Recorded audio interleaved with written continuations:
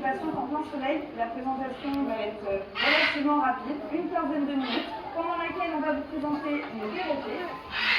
Durant cette présentation, on aura des vols au-dessus de vos têtes par des oiseaux, donc s'il vous plaît, ne vous levez pas, n'essayez pas de les toucher et ne sortez pas de nourriture.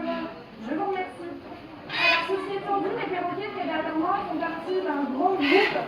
On compte à peu près 350 espèces différentes de perroquets. On en retrouve dans toutes les forêts tropicales du globe, en Amérique centrale et du Sud, en Afrique, en Asie et en Océanie. Alors, ceci étant dit, je vais accueillir ma partenaire Lydie pour la suite de cette présentation. Bonjour Lydie. Alors, Lydie est un haras d'Amérique. Je suis désolée.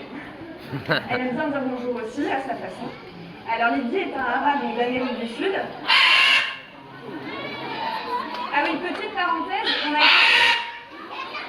on a été fermé pendant 6 mois. Les visiteurs, on n'en a pas trop eu. Donc là, c'est vrai que les perroquets, il faut qu'ils se réhabituent. Donc, les pattes des perroquets, c'est un petit peu particulier. On va avoir 2 pattes devant, 2 pattes derrière. Ça va leur permettre une très bonne préhension.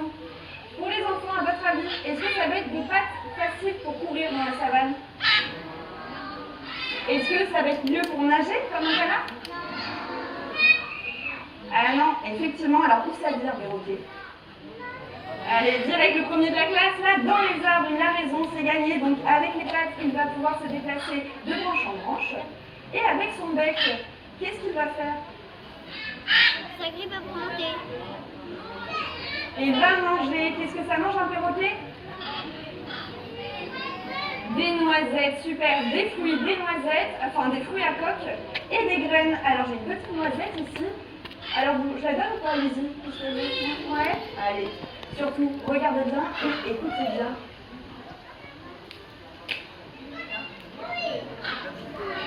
Donc avec sa patte, elle va repositionner la noisette. Ça va être le seul oiseau capable de faire ça. Et puis avec sa langue, elle fait tri, l'écosse par terre, et puis la noisette.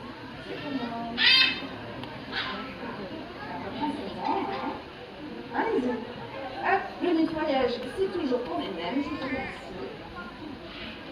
Alors ce bec va leur permettre de manger, mais pas que. Dans les grandes forêts, il y a pas mal de végétation, et des fois, plutôt que de voler d'arbre en arbre où ils risquent de se blesser, ils se déplacent avec leurs pattes et leur bec. Regardez bien notre petite course entre James et Joe. Allez, c'est parti.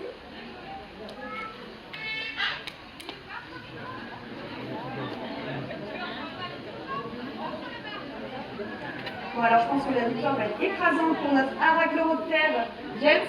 Elle joue à la bourre, je suis désolée. On applaudit bien James qui a gagné. Et Joe pour l'effort quand même un peu, merci à lui. Merci à vous. Alors du coup, ce bec, il va être très pratique pour manger et pour grimper. Vous l'avez entendu, Lydie, en début de présentation, elle était plutôt bavarde. Alors, les perroquets, il faut savoir qu'ils communiquent beaucoup parce que dans la nature, ils vivent dans de grandes colonies. Ils vont être capables de pousser des cris, mais également d'imiter les sons. Et notamment, alors pas les dire, et notamment des sons comme la voix de leur soigneur. Et à ce titre, je crois que Lola a quelque chose à vous dire.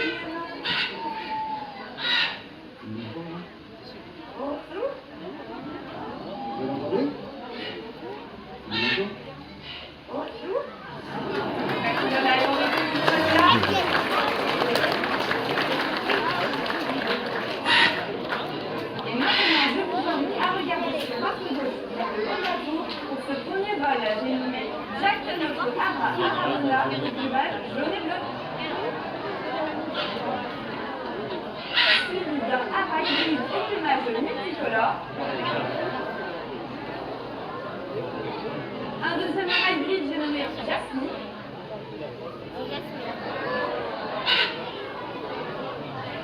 Et de son compagnon, Rox, le plus jeune de l'équipe. Plumage tout échauffé. Voilà. Et on va terminer avec nos 2 haras Macao au plumage flamboyant emblème du Honduras, j'ai nommé Django. Attention au tête. Et son compagnon, le tigre.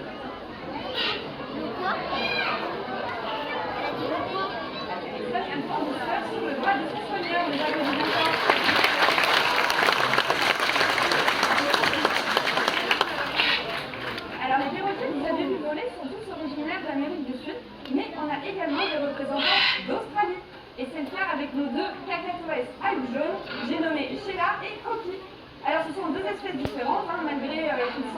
proches. Sheila, c'est un moyen cacatoès avec jaune. Et Coquille, c'est un grand cacatoès avec jaune. Alors le choix d'avoir mis des espèces différentes sur les mêmes reperchoirs, c'est pas anodin.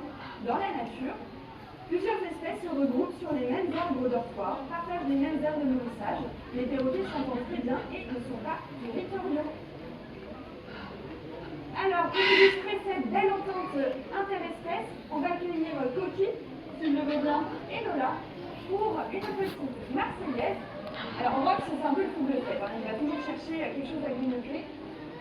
Ah, il est toujours le premier. Allez, garde à vous.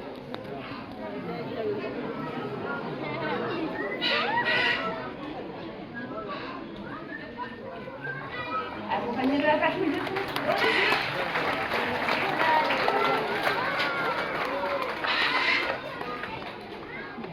Alors les perroquets vocalisent beaucoup, vous l'avez entendu, ça leur sert à communiquer et ça va être très important à une étape dans leur vie. Laquelle?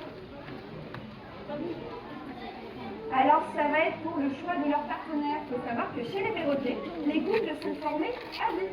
Donc, sachant que nos cacatoès et nos haras ont une durée de vie d'à peu près 60 ans, ne vont pas se rêver, hein. Alors une fois que les couples sont formés, qu'est-ce qu'il se passe? Ils vont faire des bébés, exactement, ils vont pondre des œufs, exactement. Et où est-ce qu'ils vont pondre ces œufs? Est-ce qu'ils vont faire des nids comme les canards? Un petit bol parabolique dessus.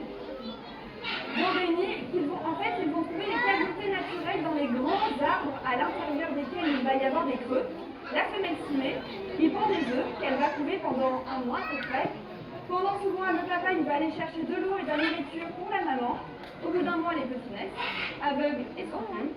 À 2 mois, ils savent voler. À 3 mois, ils poussent les nids. Alors là, on a 2 haras adultes. Enfin bon, Rox, quoique c'est un peu juvénile. On va voir ce qu'ils donnent pour une course aux anneaux. Allez, Rox, on va aller chercher les anneaux jaunes, les rouges, un par un. C'est parti. Oui, allez, on prend un euro, regarde. Vous êtes avec Jack. Il compte, hein? Allez, vous poussez les anneaux. C'est reparti. C'est reparti, Jack. Jack, c'est reparti. C'est tout à faire. C'est demi-tour, tu vas chercher ton deuxième nom au Seigneur, c'est peut-être tour à faire la victoire. Allez, pour toi, sans problème. Allez, Jack, dépêche-toi. Tu vas faire encore une fois. Bon, ça fait envie. Allez, Ross, tu rapportes ton dernier anneau, la victoire, c'est pour toi, t'inquiète pas. Allez, va. Non!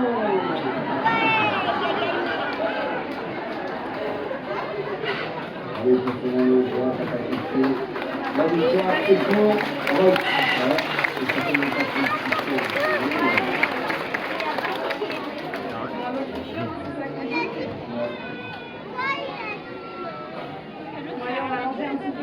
Le matériel et ensuite nous allons pouvoir assister à des vols au-dessus de vous entre les soigneurs et les perroquets.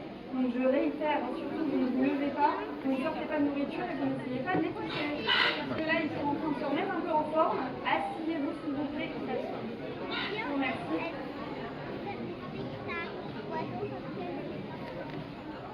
Donc là c'est vraiment un vol de confiance entre les deux soigneurs. Je vous ai dit, il n'y a pas eu de visiteurs pendant 6 mois. Donc là, on leur apprend vraiment à voler au plus près des gens.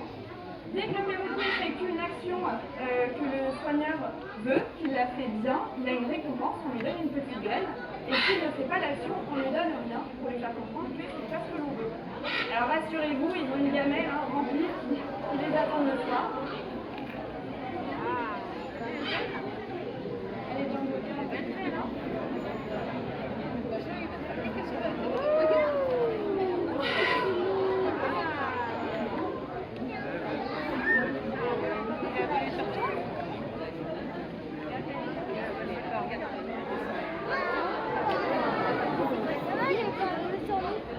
Merci beaucoup.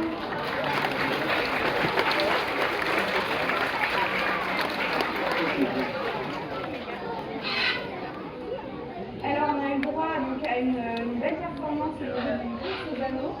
On va également voir ce que les perroquets donnent en danse. Alors on va pouvoir accueillir 2 Macao, vous savez, c'est avec le plumage rouge et jaune, pour un joli tango.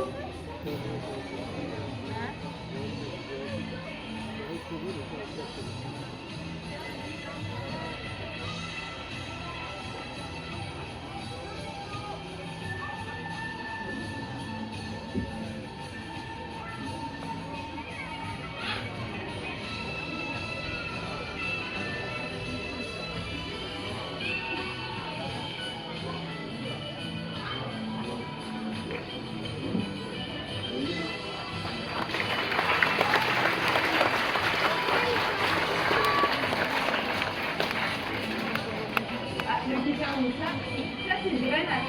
C'est de la nourriture, faut pas rigoler avec. Allez, merci à vous. Bon, alors vous l'avez vu, ces perroquets sont vraiment exceptionnels. Hein. Ils sont intelligents, capables d'imiter la voix des soigneurs. Et du coup, c'est pour ça que depuis des années, ils sont menacés dans leur milieu naturel. Les braconniers vont les chasser pour aller les vendre en tant qu'animal de compagnie.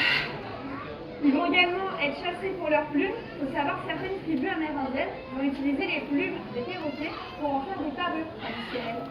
Et la dernière menace, je pense que vous la connaissez tous, c'est la perte de leur habitat. Vivant dans des grandes forêts, les arbres vont y être coupés pour être vendus, hein, le bois exotique ça coûte très cher. Et également, on va étendre les cultures agricoles. Alors au Brésil, on va planter du soja. Et en Indonésie, on va planter des palmiers à huile pour avoir de l'huile de palme, exactement. Alors si on continue de couper ces arbres, c'est autant d'opportunités de trouver de la nourriture qu'on leur enlève, autant d'opportunités de trouver des nids qu'on leur enlève, et ça rend donc leur descendance compliquée.